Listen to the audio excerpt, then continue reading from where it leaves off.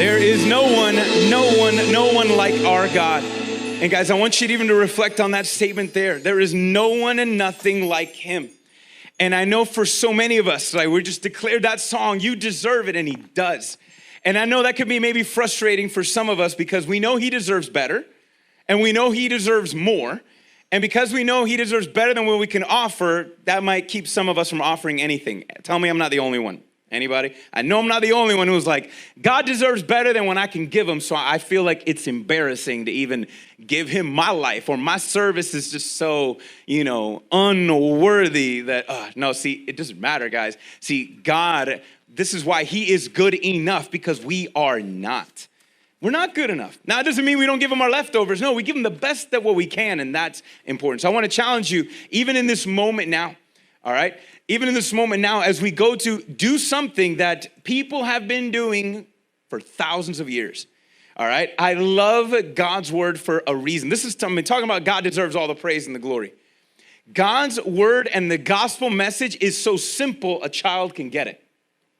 Yet it is so deep that theologians have not even gone further than just scratching the surface of the depth and riches of how God's word is. That's amazing. If you think about that, it's simple for a child to get, and yet so profound that some of the smartest ones ever can't even wrap their heads truly about all of it. But see, this is what's so awesome about God, guys, that if we give him our attention and our love, he deserves our attention too.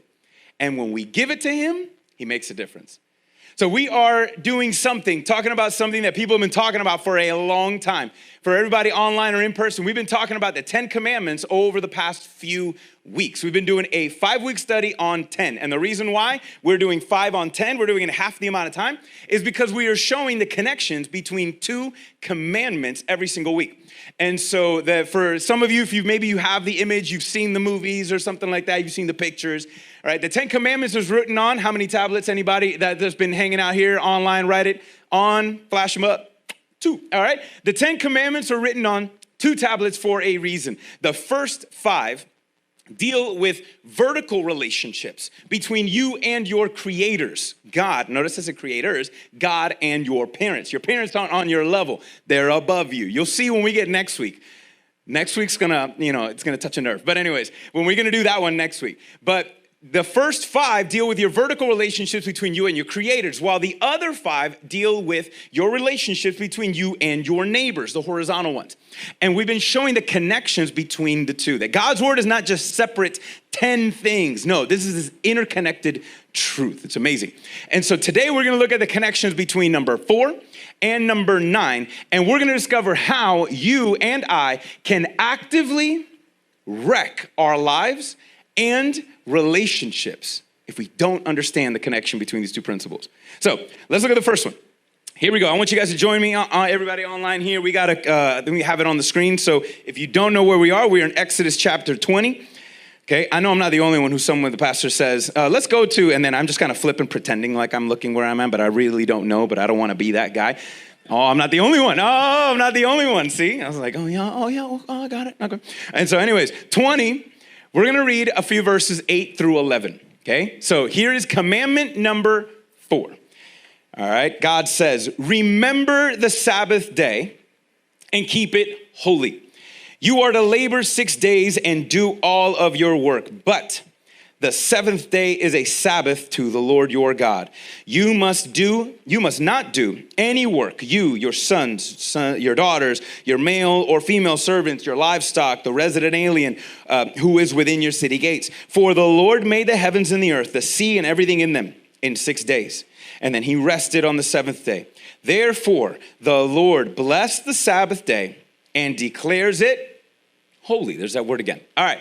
So this one is maybe one you've heard of. Maybe it sounds a little familiar. Now, I'm going to do my best here, okay? Because this one is I did a series on this last year, all right? So if you look up Rhythms of Rest, I did a 3-week series on this single commandment. This is an amazing one. It's the one that gets slept on the most, and we're going to talk about that one briefly. So if this moment, if these next 9 minutes or so kind of spark an interest, you just got to go to our website, tabernacleofgod.church, and you'll be able to look up Rhythms of Rest. And there's 3 little sermons there on breaking that down a whole lot more than I can do right now in the next 8. So I want to stop wasting time. Here we go.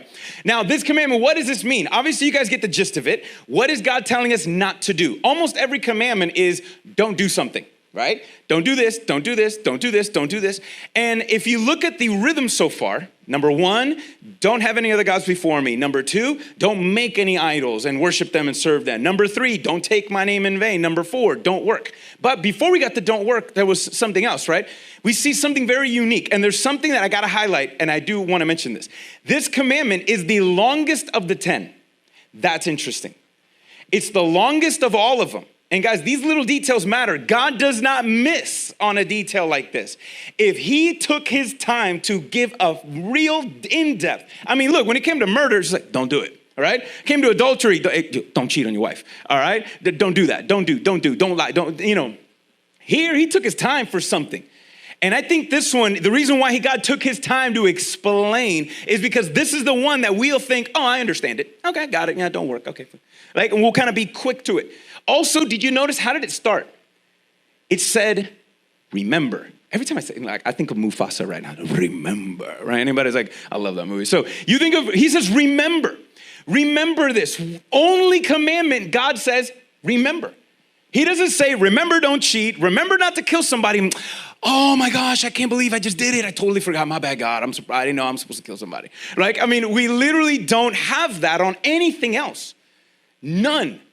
Other than this one commandment, remember to literally take a day off every 6 days. Work for 6 days. Take 1 day off. Rest, relax, and we'll briefly talk about that. This is important. Why? Because first off, I did it for a reason. All right, God, this is God's creation order where he makes the world in 6 days and the 7th day he rests. And so this is interesting, guys. God tells us to remember this because I believe this is probably the one thing that you and I will forget. The reason why God says remember is because we'll tend to forget this commandment. And he goes into depth on it because it's one that you'll think and we'll rationalize quickly because it doesn't make, the other ones, we all get it. All of the other ones, honor your parents. We'll do that one next week, right? Don't have any other gods. Don't worship them. Okay, got it. Don't take God's name in vain. Okay, don't kill. Don't. I get it. That all makes sense. Take a day off every 6 days. Really? No, that one doesn't seem that critical, right? You feel me on that? Like if you think about all of the other ones, this one looks like the weakest one. All the other ones make sense. This one does not. Why? It doesn't make sense. And I think this is the one that you and I can, go and kind of throw off the most. But guys, this is huge, okay? Because this commandment, number 1, tells us this. This commandment tells us that your purpose is not production. You gotta hear this, guys. Your purpose in life is not production. You need to remember, who's he talking to? God is talking to a bunch of former slaves, okay? The Hebrew people were delivered, not too much before this. This is kind of all fresh in their minds. And God is interacting with them on the mountain, giving them a law in order to show them how to live as a free people and how to enjoy a relationship with him. And so he is telling, when he says, every 6 days, I want you to take a day and everybody relax. They don't know what that life is like. All right. As a slave, what do you think slaves don't get the weekends off. They don't get holidays. That's why you're a slave, it is all day, every day. And remember, the only God that these Hebrews, former slaves, have interacted with is a God called Pharaoh, who said, I am the representation of God here on earth. And Pharaoh just wants you to make bricks. Bricks, bricks, bricks, bricks. That's all he did. That's all he cared about was production. Do. And when God tells these people, look, you're going to work for 6 days, but you know what? I want you to take a day off. Everybody take a day off. God is in essence telling that people, I'm not Pharaoh, by the way. I'm not him. You don't exist just to be my puppets and to be my servants. That's not the point. Work is important. Work is not a 4-letter word, guys. It's an important one, okay? But he says, in essence, with this commandment, I am not your Pharaoh. I'm a different God. I'm different. Your purpose is not production. Your purpose is bigger than that. Your purpose is for me, all right? This is humongous for us, guys, because especially think about us today. In a world right now where what do? It's like a badge of honor to hustle, right? No days off, right? Grind, all of those things. I mean, that is a badge of honor. I'm pretty sure I'm not the only one who you've ever talked to somebody, say, yo, how you doing? And you go, busy, but good. Anybody? Why do you say that? First off, why do we say, oh, I'm busy? I'm busy. I'm doing good. I'm busy though. I'm busy. It's like we're proud of that. Like we are proud of the fact that, bro, I got a lot going on. In fact, I got too much going on. I can barely handle. But that's what we do, right? That's just kind of what? No. See, guys, this world will constantly want you to be on the go. And it wears you out. And I truly believe this, that this rhythm, by the way, what are we supposed to do once a week? It's not just, we're just gonna stop and be lazy. No, you're supposed to do stuff on this off day. You're supposed to spend this extra time. Remember, what did he say? Remember the Sabbath day. And it's not just about remembering to take a break. It's also to remember God. Think of all the commandments so far we've done. The first 4 all deal with God. I am the Lord your God who brought you out of Egypt, who delivered you from a land of slavery. So don't have any other gods before me. Don't create any other idols and worship and bow down and serve them. Don't take my name in vain. And just don't forget me.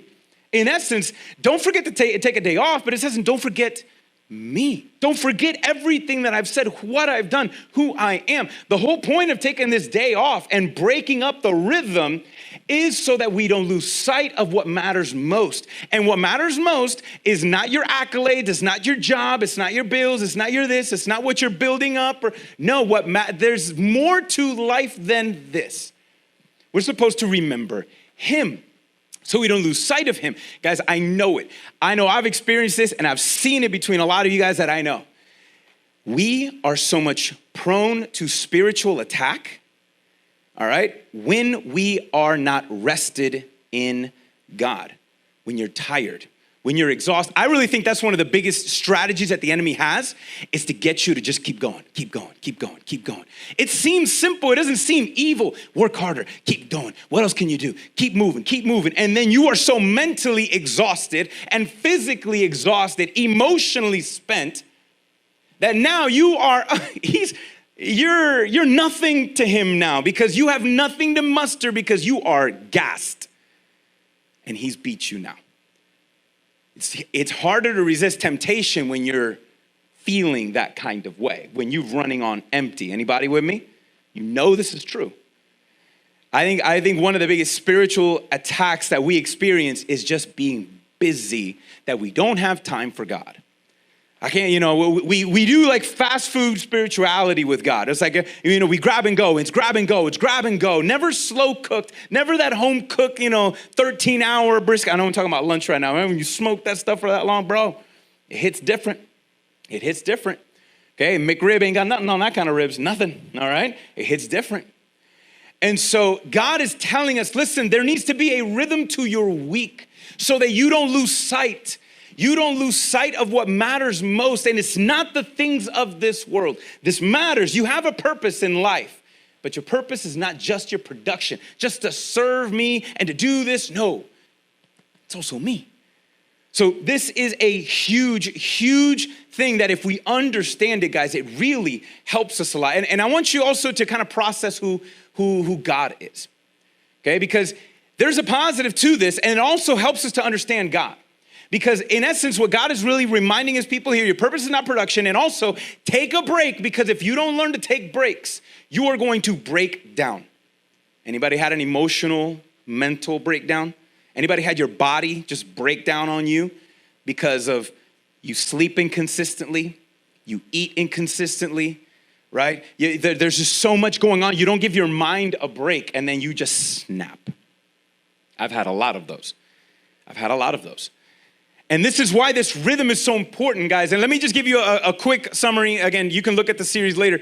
But the one thing that you're supposed to do every 6 days, all right, take a break from whatever your regular rhythms are, okay? Take a mental break and do something purposeful, intentional, that you're filling up, that you're refreshing your mind and your emotions. If it's hanging out with certain people that, man, when you walk out of hanging out with them, bro, you just feel better. Maybe it's family. Maybe it's this, maybe it's that. Maybe it's a best friend you're just going to call and talk to.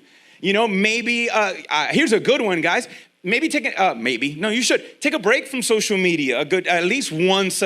So much of social is just consumes our time. And a lot of it, let's just be real, it can be, some of it's good, some of it's not. And it stresses us out. Turn the news off one day out of the 7. The world is gonna be fine, okay? It's gonna be fine if you just unplug. But it's so important for our mental health, for us to break things up. Listen, when it comes to work, take one day that you're not thinking about work. You're not strategizing. You're not trying to figure out, what I gotta do, this. I know work is important. Just prioritize that so you can take one whole afternoon and evening just to unplug and give your mind a mental vacation once a week. That matters. Even your body. These are so important things. So that's kind of like the rule of thumb, guys, is just whatever you do normally, don't do it for one day, and do something else that, invigorates you, that fills up your tank. Maybe it's going for a walk. Maybe it's exercising. Sometimes I like cutting the grass. Like, there's just something about, this is how you know,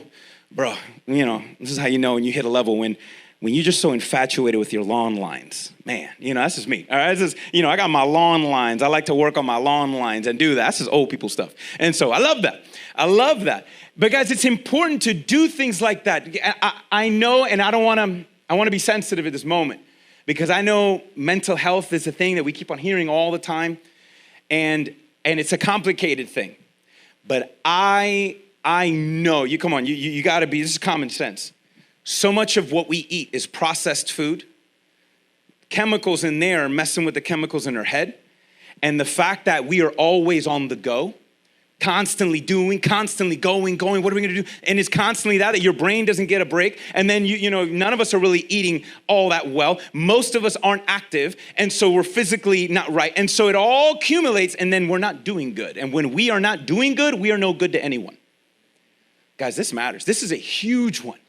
This regular rhythm matters, because when you remember, it's not just to remember to take a break. It's also to remember him. And you look back at the past and back into the future. Guys, you know what we're doing it right now. Why do Christians why as a church, right? We are gathering right now every week on a day that this is, a day that we want to break up the rhythm. We don't do this every single week.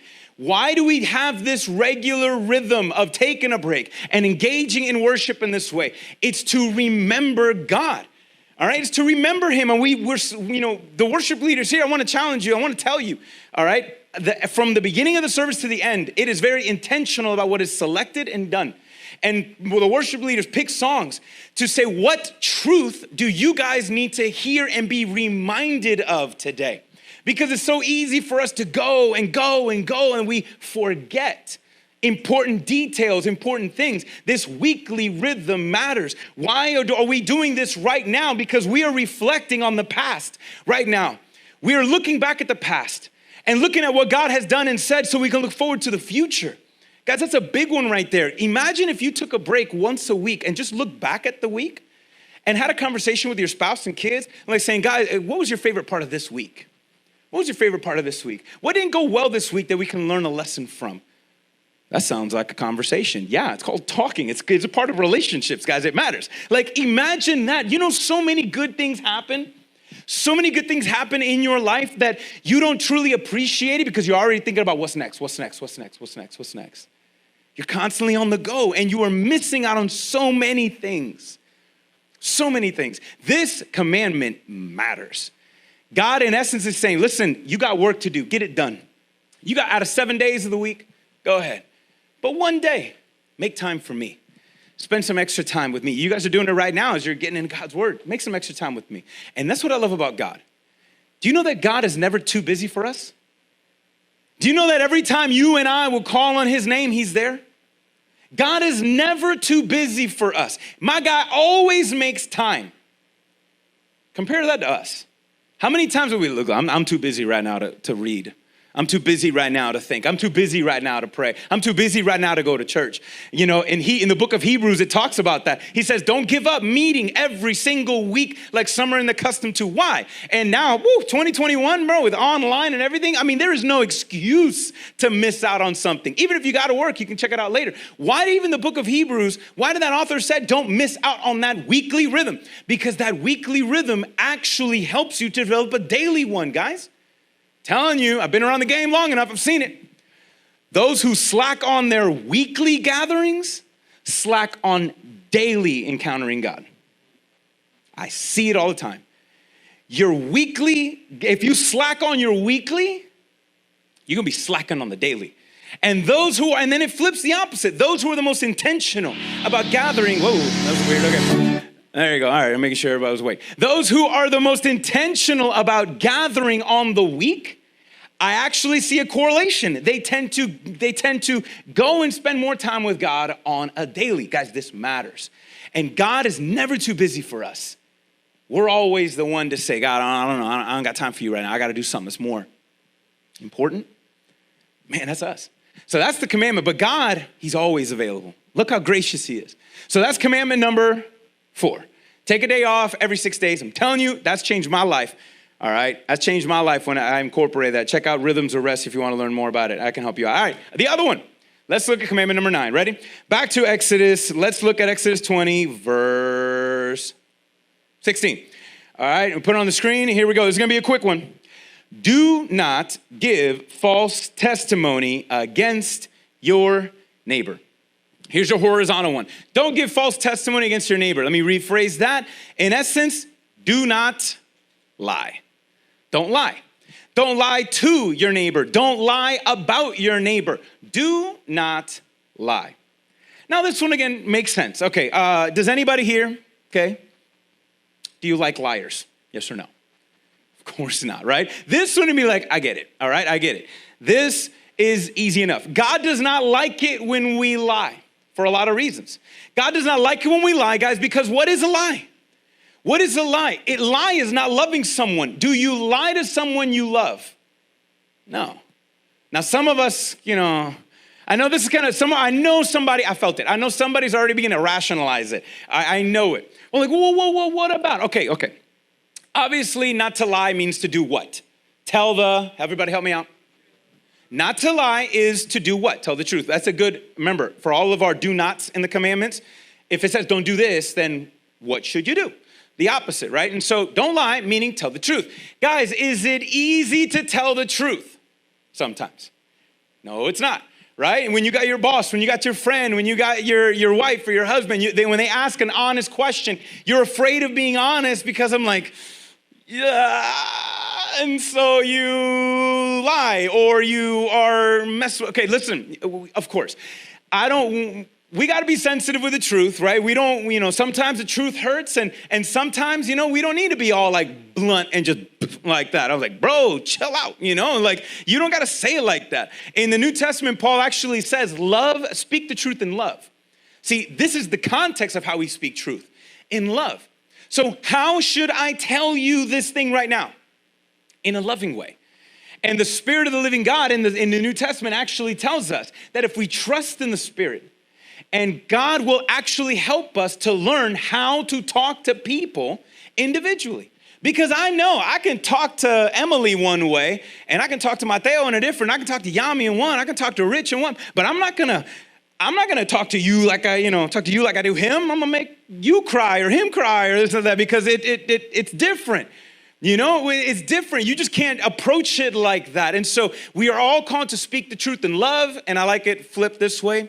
How do you do that? By loving the person you're speaking the truth to, right? It's just loving that person. So we're supposed to not lie because why? We're supposed to love one another. And you do not lie to someone you love. You don't. You don't lie to someone you love. That is not healthy at all. Lies destroy lives. Now, what does the truth do? When you speak the truth, guys, look at the positive here. Look at the positive. When you speak truth, you know what the truth produces? Trust. Can you trust a liar? Can you? No. You can't trust the liar. Why? Because they lie. It's just, I don't trust you because you don't tell me the truth. And so the truth actually produces trust. Guys, I guarantee you, all right? I mean, look at even our relationships, our romantic relationships. You are not gonna have a healthy marriage or a healthy dating life if you do not speak the truth to each other. If you are lying, you're lying about where your money is going. Yeah. You're lying about that. Oh, yeah, I made that deposit. I spent, you pocket it. You lying about where you got your stash and he got yours. No. You lie about money. You lie about where you are going, what you are doing, you are lying. Guys, you cannot have a healthy relationship if there's no trust, right? That's how it is. Same thing, kids and your parents. Listen, I know we try to talk to our boys all the time, like saying, don't lie. You actually get in trouble when you lie. All right, if you were just honest with us, okay? All right, we'll be upset for a second. But it just hits on another level when they lie for no reason.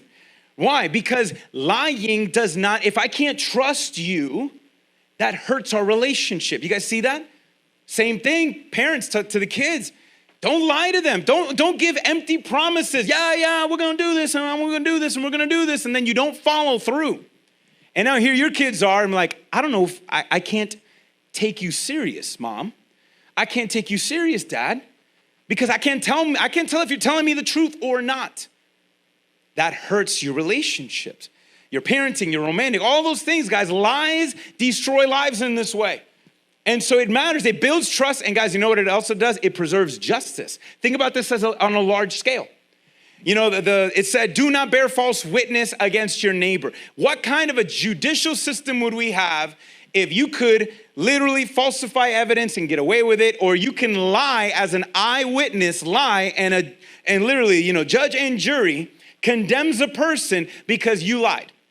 Obviously, there's no justice there. In order for us to have justice, we need what?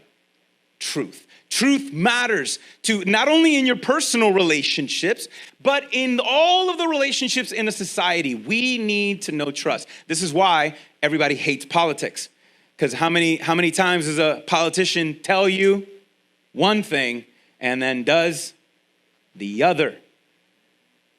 Right? And that's why I was like, I don't trust you, because there's no trust, there's no relationship, and it's different. And so guys, this is huge. And in essence, what God wants us to be, when he says, listen, do not, and for his people, this is for us guys. He says, when he's telling you, do not lie, you know what God is telling his people? This is what I want you to be. I want you to be a trustworthy truth teller. That's it. I want you to be a trustworthy truth teller. That your word is your bond, like that phrase, you've ever heard that before, that when you say something, they know, somebody can trust you. Look, especially as, in this world that we're living in today, I'm gonna talk to Christians in the house really quick and everybody online. Not everybody is gonna believe and like what you believe.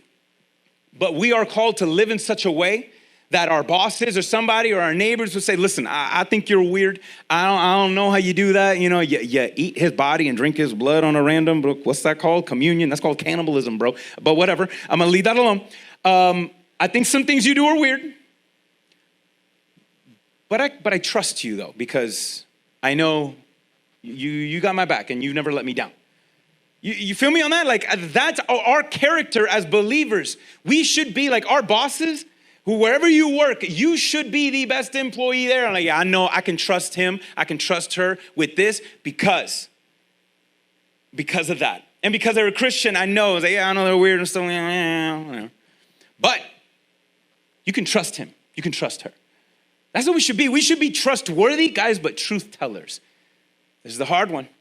There's a lot. I know this one's hard for some of us to be able to be willing to tell the truth. And by the way, the truth is not just 2 + 2 = 4, okay? Truth means the truth of God, who he is. We are not called to lie about God, bear false witness against him to our neighbors. We are called to be a truthful reflection and witness of our God in our lives, in our words, in our actions. That's what we're called to do. All right, and think about this, right? What did I say? Truth produces trust, and trust is important in a relationship. What does God do? All he does is speak facts. That's God. God tells us not to lie because he does not lie. There is no lie in him. He only speaks the truth. And because God speaks the truth, he is trustworthy. He doesn't tell you one thing and then flip it out. He didn't write it and then later forget about it and flipped his mind and changed. God has spoken and speaks truth because he is truth. And because he is truthful, he is trustworthy. We can trust in him. All right, so anybody make the connection yet between commandment number 4? Take a break, don't work 6 days, and this one, do not lie. Anybody see it? Anybody see it? I don't know if by now in week 4, you guys are, I know somebody's already trying to beat me to the punch and seeing if you can figure it out. I know y'all, I see it. But all right, here it is, guys. I said a minute ago, our relationships, we can actively be wrecking our relationships when we don't learn how to rest. Now, I know I say, wait, okay, that sounds like commandment number 4. What about the lie? See, that's why I said learning how to rest. You and I ultimately are called to rest in the truth. That is what we're called to do. Rest in the truth. When I said a minute ago, right? When you don't have that regular rhythm, if you're married, you need to have a regular rhythm of spending time and talking, communicating, dating. Like you still need to do that. Like guys, when you get married, that's not the finish line, some of y'all. That's the starting line. That was preseason. Now the season starts, okay? Now the season is starting when you get married. Now it's go time, all right? You need to have a regular rhythm of rest, of mental, physical, daily, and especially weekly. You need to have that for your mental, physical, emotional, spiritual health. You need that. And if you're constantly on the go, you're going to wreck your relationships. I did that. That was my big testimony. I worked 7 days a week all the time, and my health wasn't good. I felt horrible. Our marriage wasn't doing well. The kids were whatever. They were a disaster. It was bad. It was me though. I took all full responsibility because I was trying to do everything for them instead of being with them. I wasn't giving them the most important thing, which was time. And I know that. And so you can wreck your relationships if you don't learn how to rest. But then the truth matters too. Because if you don't have truth in your heart, if God's word and God's truth is not shaping and reforming you, then you are going to do the opposite, guys, because walking in the truth of God actually keeps us from living a lie. Then it's huge, and lies destroy lives. This is what happens. And so you know what the Sabbath is supposed to be? You are remembering God. What are you doing? You are remembering the truth every single week. It is a regular rhythm of remembering the truth so that you can daily remember the truth of God and not forget him and not sleep on him. Because guys, we are called to live. If we hold on to the truth of God, he keeps us from living in a lie. This is why the weekly rhythms is so important. Because it is so easy, guys, for you to buy into a lie and then you just kind of go on cruise control. Because all these things are always covert, undercover. You don't see it coming. You don't see it coming until it's too late. And this is why this regular rhythm is so important. It's learning to rest in the truth of God. Learning to rest in his truth so that his truth forms and reforms us. It's all about experiencing. I'll give you another word for rest. Because the rest that God is talking about is peace. Do you want peace in your heart? Do you want peace in your mind? Do you want peace when it comes to, look at all of the stuff that you see in the world right now? I get it. It's overwhelming. Everything in your own life. I'm like, man, I don't even know what's going on outside of my own house because inside is a war zone in and of itself. All right. And you can have this peace right now that is always anchored in the truth. It's peace for your heart, your mind, your soul. It's anchored in the truth of God. Because see, that's why the enemy wants you to do something. I'm telling you, man, he wants you to keep going. And no, and just do the little bit, man. Talking about, all right, I'm not going to get into this, but let's just be real. Okay. The enemy wants you to give just enough truth to kind of like inoculate you, desensitize you. So you feel like you're doing enough, but it's just enough that it's not doing anything. It's all surface level stuff. But you think you're straight. You think you're good. You know, it's just that little daily dose, like, you know, a daily dose of something. Oh, just get a little bit, just get a little bit. You know, like a vaccine or something like that. Just get a little bit, just get a little bit, and just keep going. Just a little, you're fine. It's just the bare minimum. No, it doesn't. See, I know D.L. Moody once says that sin will keep you from this book, or this book will keep you from sin. Book meaning God. It's truth. This matters, guys, because the enemy wants you to go. Don't take a break. Don't take time for God. You're all right. He understands. You're busy. Just go. And then you are not taking time to understand him or who he is. And before you realize it, you've bought a lie. And it's really doing damage now. Because, guys, the one thing that the enemy doesn't want you to do is to understand the truth of who God is. None. It matters. And so we're called to rest in the truth. And this is something, guys, that I want to challenge you to be a little bit more intentional now. With some of you guys probably do this, but I want you guys to really think this through. I want you to really think this through, because you and I are called to be, as Christians, we're called to be a faithful witness of God. What did commandment number 9 say? Don't bear false witness. Well, you and I are called to be a faithful witness of God's love. And how can we do that if we don't spend time with him? It's all interconnected. And so, guys, because if not, I'm telling you, it could be one of the things why we're so mentally, physically, emotionally, maybe our relationships are at it. All right? It could be. I know, again, with your mental health issues, it could be some other stuff, but I know that this matters. There's so much lies of the enemies in our head. Can't tell me that it's not doing something. It's poison to our hearts. And so what I want to challenge you guys to do is this term. It's science actually catching up with the Bible, which is crazy. There's a term called active recovery that people are starting to realize and see. This is for, I'm going to help you guys out because I know not everybody in the house does this. But for people who want to exercise and be healthy, right? It's actually, they're showing that you can get a lot of results by just doing 3 days of, I'm going to sound like a personal trainer for the next 4 minutes. Just bear with me, okay? If you do 3 days of intensive, like weightlifting or some strenuous exercise 3 times a week, you can actually show a lot of results, but you need to do something on the off days. Okay, like you got to do something. This is called active recovery, because when you do something that is extra strenuous on your body and your muscle fibers and all this stuff is, it gets inflamed. You need to do something while you're not doing something in order to recover faster and get gains better and see better results. And so these active recovery days are something where, okay, if you're going to lift Monday, Wednesdays, Fridays, then on Tuesdays, Thursdays, and Saturdays, you're stretching, you're walking, you're doing something that is light. You're not doing something crazy, but you're doing something that actually helps when you're doing the important things on the off days. Now, I know some of you guys, and your jobs are crazy. You don't got time to work out because the way you work, you're either always sitting down all the time, right? And that's what it is, and you just don't have the energy. Or some of you guys have strenuous jobs. You're always on your feet. You're always walking. You're maybe construction and different stuff like that. All right, so when the opposite is when you're not doing that, you can do something, you're stretching, you're doing, again, this active recovery shows that if you're doing the little things, it actually impacts the big things. Guys, that's what God is talking about here. And it seems so small, it seems so little, like, nah, that's not that important. No, it is.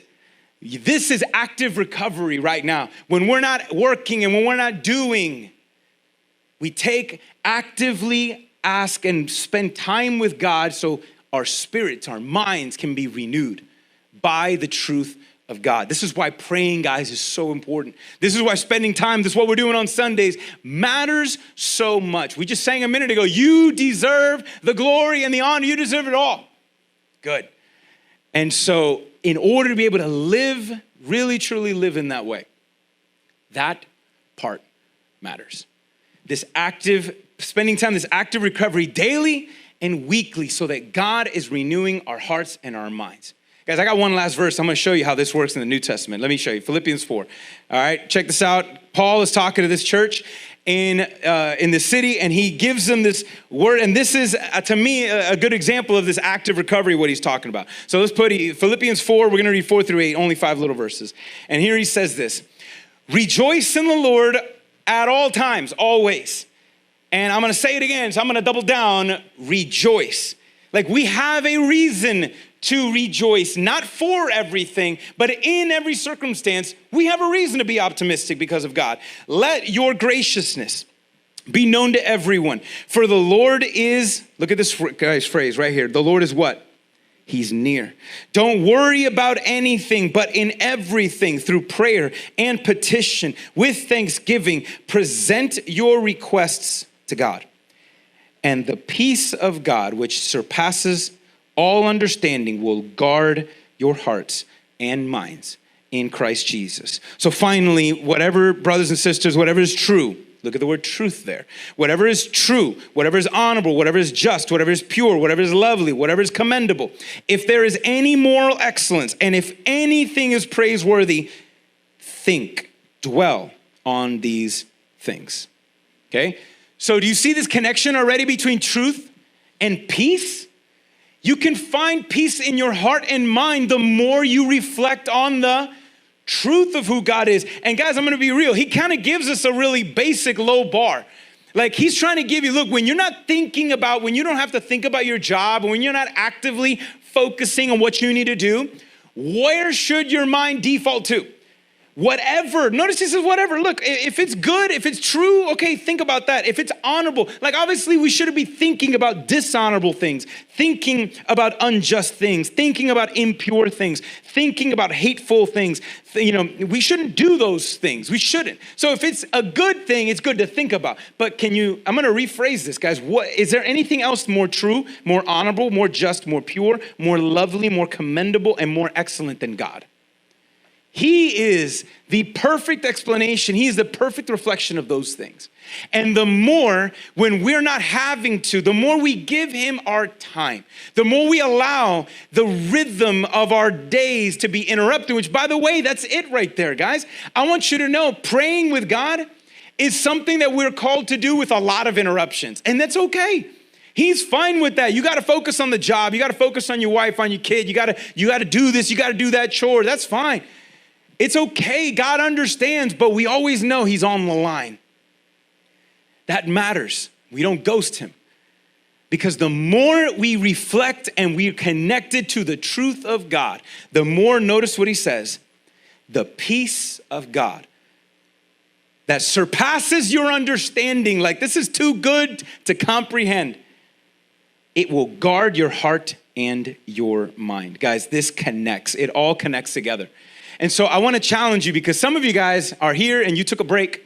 You know, you gave God an hour, all right? And then you're going to go, but I want to make sure, I want you to just really lean in. Because what matters most, if you want peace, you want rest for your soul, peace for your soul, it's when you learn to rest and trust in God. And I know we got a lot of, you guys have a lot of unanswered questions, and you got some tension that's all out and about, prayers that God hasn't answered yet. I know. But when you lean in and you understand the truth of who he is, that he is a faithful God, he is trustworthy and never fails. There's something about that when you trust in him, when you trust in this truth of who God is, you find rest for your soul even in the craziest storm that you may be feeling. Like I know it's hurricane season right here in Florida, right? And so around the hurricane, we know what's in the middle. What's it called? The eye of the storm, and the eye it's peace. It's different. It's different. And the more we let our minds go and are shaped by God's truth and words, by the way, not just learning, guys, but applying it, that peace of God in the midst of any storm will guard and protect and guide us into what's next. And he will lead us along the path that we need to and truly desire to be. But it all starts with us resting in the truth of who he is. So I'm gonna challenge you to do that right now. All right, I want you to bow your heads and I wanna pray. I'm gonna pray for you and we're gonna pray with you. Let's all pray together. Heavenly Father, I want to thank you so much because, Lord, you love us. You speak your truth to us, not just in your word, but even right now through us. You are reaching out to each and every one of us so that we can rest and rely on you. And I know a lot of us, Lord, I think we feel restless. I see it. Our souls are restless. Our minds are restless because we can't anchor it down. And so I pray right now, Lord, that you may show us how to put our trust in you in this moment. What is it, Lord, that is just out of whack and out of mind that needs to be put in your hands? I pray that we may do that right now. As we're praying, guys, I want you to notice that Paul says, whatever you think about, don't worry about it, meaning don't keep it in your hands. Give all things to God, whatever questions you may have. Some of us, maybe we feel restless because of our inconsistencies we've been talking about. Some of us feel restless because of an issue, of a problem, the things in this world, I get it. But there is nothing too deep, nothing too big for him to handle. And so, God, Heavenly Father, I pray, Holy Spirit, that you may show each and every person right now in this place, Lord, that we may learn to put, God, our trust in you right now, whatever it is. God, I know some people have prayers that aren't being answered yet. God, I pray that they may put their trust in you right now, knowing that you have never failed, God. And I know, God, that you answer prayers according to your word. And so help us to learn to pray better prayers, not with selfish motives. God, every need, there is needs in this room. There is needs in this place. God, I pray that we may put our trust in you, knowing, God, that you, again, always provide and you never fail. And lastly, Lord, I pray for the restless soul that is watching and in this place right now, that they can't seem to find peace. They can't seem to find satisfaction because they're looking in every single place. And all they've done, maybe the Jesus thing, God, is something that they just do on the side. God, I pray right now that they may learn to put their trust in you. May we not be people, Lord, who just believe in God, but that we believe you. That is two separate things. God, help us to be a people who believe you and who trust in you and rest in your hands. God, I pray right now for the peace of God that you promised in your word, that it washes away right now all anxiety, anything that may be feeling. Lord, I know there's some of us that there's a restlessness inside. Lord, whatever sin there may be, whatever hand of the enemy, we come against it right now in Jesus' name and ask and pray. Again, Lord, knowing that you are mightier and bigger. And God, I pray right now that each and every one of us, Lord, that we all take that step and put our trust in you in this moment, whatever that is, guys. Even if it's your soul, put your trust in him. And I pray not only today, that this week, that the peace of God may continue to overwhelm and guard your mind the more you reflect on the truth that Jesus is Lord and he is your Savior, and all who call on him will find life. In Jesus' name I pray these things over you and for you and with you. Amen.